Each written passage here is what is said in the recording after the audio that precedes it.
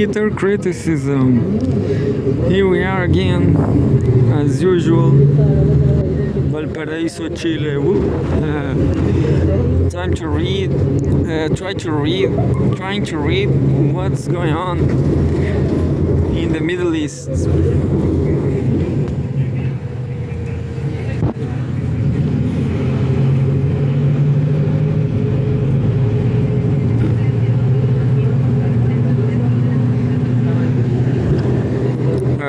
Breaking news. Iran says will respond beyond region if U.S. targets civilian facilities. Al Jazeera. Israeli strike hits rail bridge in Iran's Kashan, local authorities say. Trump says whole civilization will die tonight in latest threat to Iran. Just what Cgtn'S said. Let's go.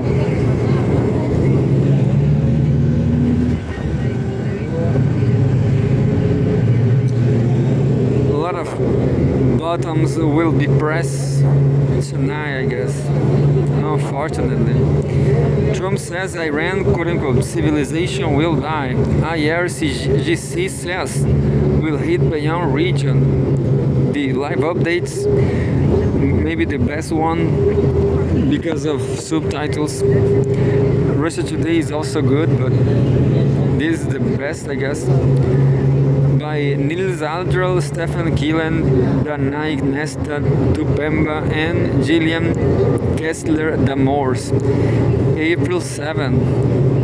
Iran's Islamic Revolutionary Guard Corps IRGC says it will respond outside the region and deprive the United States and its allies of oil and gas, quote-unquote, for many years. Terrible situation for the West. If the U.S. crosses, quote-unquote, red lines and attacks civilian facilities. Holy God. Make Chile take good choices. Let's take it. Let's move out José Antonio Castro.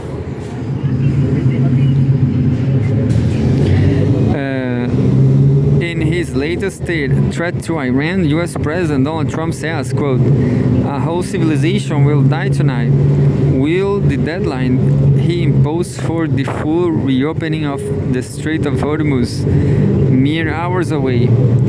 A strike has hit a rail bridge in Iran's Kashan, killing 2. After Israel warned civilians to keep clear of the country's train network until 9 p.m.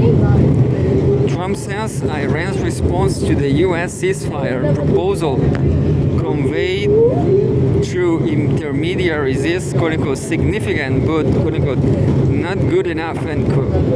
Visit our live tracker for the latest casualty figures from across the region. Hell no. They are lying. Should be more Israelis died.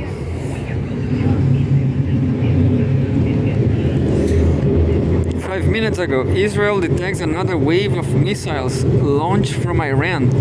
The Israeli military says more missiles have been launched from Iran towards Israeli territory.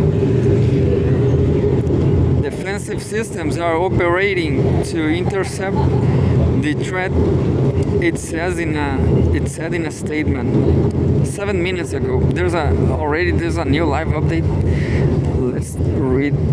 Let's read it right away. A few seconds ago. 3 civilians reported killed near Iraq-Iran border. At least 3 civilians have been killed and 6 injured in Basra, a southern city in Iraq near its border with Iran, in a suspected U.S. missile attack. A security source tells Al Jazeera the missile launched from the direction of Kuwaiti territory hit an orchard, an agricultural warehouse, and a residential house in Al Subair, and also significantly damaged 2 pickup trucks. And that was. I guess I read Israel takes another wave of missile launch from Iran. The Israeli military says more missiles have been launched from Iran towards Israeli territory. Defensive systems are operating to intercept the threat, it said in a statement. 7 minutes ago, Bush airstrikes could trigger radioactive contamination, expert warns.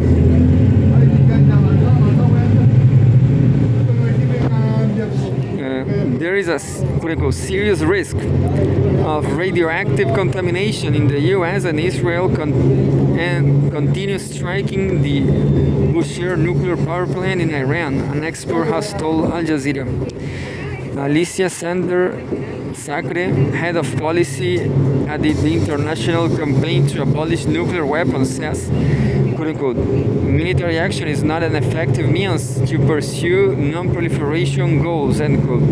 She added that the ongoing strikes have made it, quote-unquote, impossible for international inspectors to enter Iran and determine the full extent of its nuclear stockpile.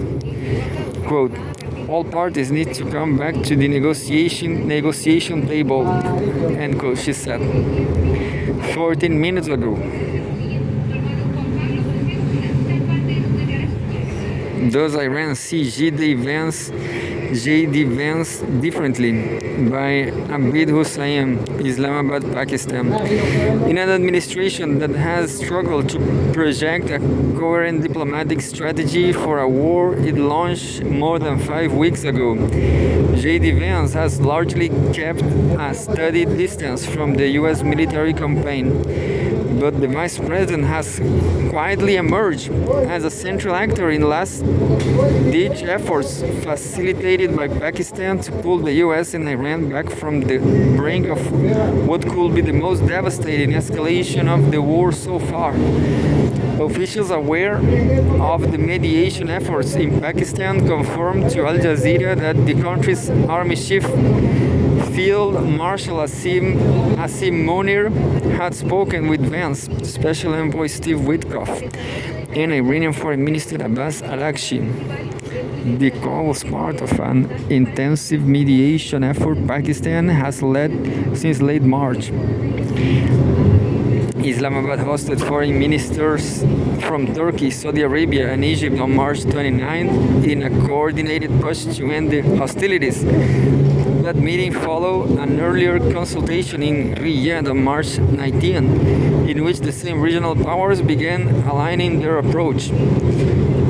Earlier, at a cabinet meeting on March 26, Trump asked his vice president to brief officials in Iran, formally acknowledging his role in the diplomatic effort.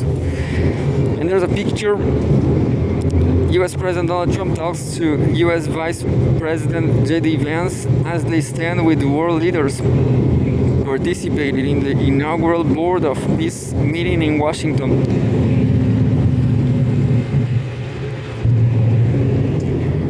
19 minutes ago, Israeli army admits it was behind attack that damaged synagogue in Tehran. The Israeli army has admitted it was behind a strike that damaged a synagogue in Tehran earlier today, according to the Times of Israel. It says it was targeting a senior Iranian commander and that it regret the quote-unquote collateral damage to the synagogue. In response to a query by the Times of Israel, the army claimed to have said it struck a top commander from Qatam al-Anbiya, Iran's military emergency command. It's not been a half an hour, but there's a new live update. And there's pictures, Iranian workers clean at the site of strikes that destroyed the Rafinia synagogue and nearly residential buildings in Tehran.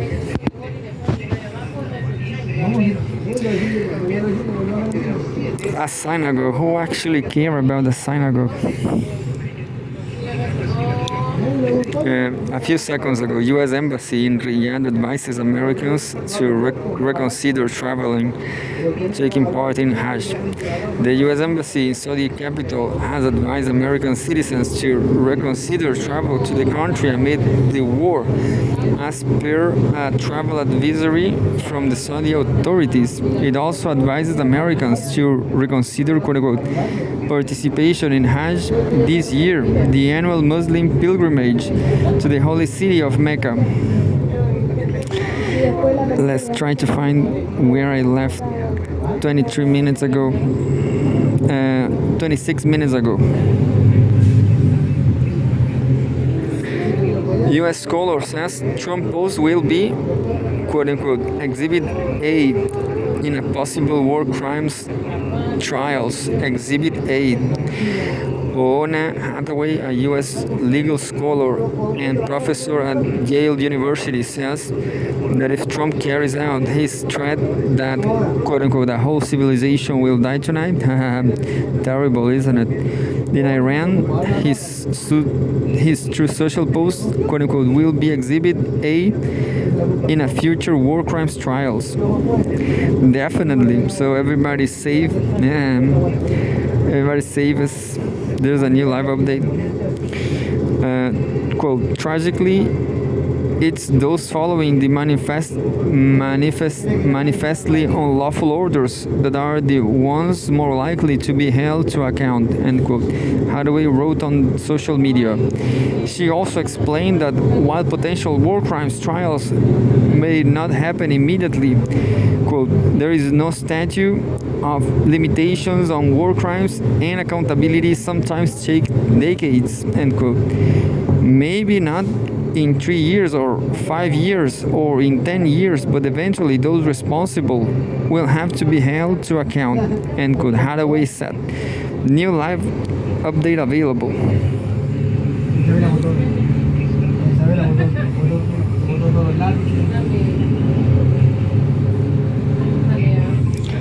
A minute ago, Kuwait asks people to stay home overnight as precautionary measure. Kuwait's Interior Ministry has asked people in the country to stay home between 12 a.m. and 6 a.m. 21 GTM today, 3 GTM Wednesday as quote-unquote precautionary measure. I guess that's not going to be enough. It's better to go to, I don't know where, subway. Yeah, go to the subway. I guess 34 minutes ago. Madagascar declares state of emergency over energy situation. We have some news from Madagascar, where the government has declared a nationwide state of energy emergency for 15 days. The decision makes Madagascar the latest country to introduce emergency measures to deal with the fallout of the US-Israeli war on Iran. 39 minutes ago, Trump's latest threat, quote-unquote, morally reprehensible, legally indefensible, by Simon Speakman Cordal. Michael Becker, professor of international human rights law at Trinity College Dublin, says Trump's latest threat is, quote-unquote, morally reprehensible and legally indefensible. Quote, in threatening widespread and indiscriminate destruction, Trump's words contemplate war crimes on a massive scale.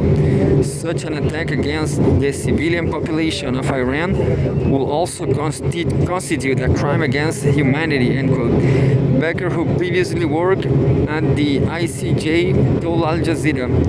He said it may be more difficult to label Trump's social media posts earlier today, saying, quote, a whole civilization will die tonight, as reflecting genocidal intent, since the US president also wrote that he doesn't, quote unquote, want that to happen. Quote, but whether Trump's deranged language is genocidal seems beside the point, Becker said. quote, Trump's statement clearly constitutes an unlawful threat of further aggression and envisages indiscriminate and criminal attacks against the civilian population of Iran. Such disgraceful comments should be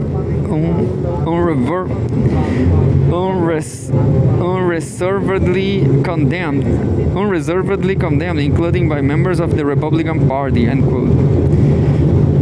And 1 hour ago, traffic suspended on Saudi Arabia's King Fahd Causeway. The King Fahd Causeway, a key bridge linking Saudi Arabia and Bahrain, has closed to traffic for the second time today due to alerts in Saudi Arabia's eastern province, according to authorities. The bridge had reopened after a brief suspension earlier following Iranian attacks on eastern province. The King Fahd Causeway Authority described the latest closure as a precautionary measure. And we have live updates, but I'm going off the bus. 2 minutes ago, latest developments. And maybe I just read everything. I'm going to read it again.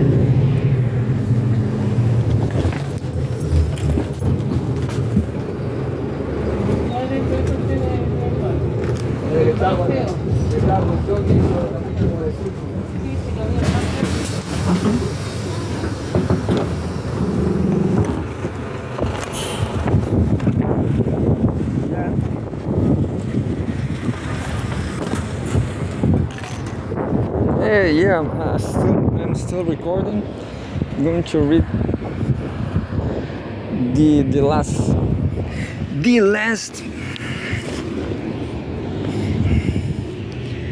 and says 2 minutes ago, latest developments. Human rights advocates, legal experts, and U.S. Democratic lawmakers have condemned Donald Trump's latest threat against Iran as, quote-unquote, legally indefensible, and if he follows through, an admission of war crimes. Yeah. People are playing with Trump's life, saying Trump's died. Nobody wants Trump. Everybody hates Trump. White House spokesperson Caroline Leavitt tells Al Jazeera that only Trump's, quote, knows where things stand and that he will do, end quote, as his deadline for Tehran to fully reopen the Strait of Hormuz approaches. China and Russia have vetoed a UN Security Council draft resolution backed by Gulf states that, quote unquote, strongly encourage states to coordinate efforts in the Strait of Hormuz. Pakistan's foreign minister has blamed Israel for trying to spoil the country's efforts to facilitate ceasefire talks between the US and Iran by attacking Tehran. Israel's army has issued a warning from all vessels anchoring or sailing in the maritime area between Lebanon's Tyre and Ras Nakora amid continuing Israeli attacks and a growing invasion of the country. Places I will never be on, I guess.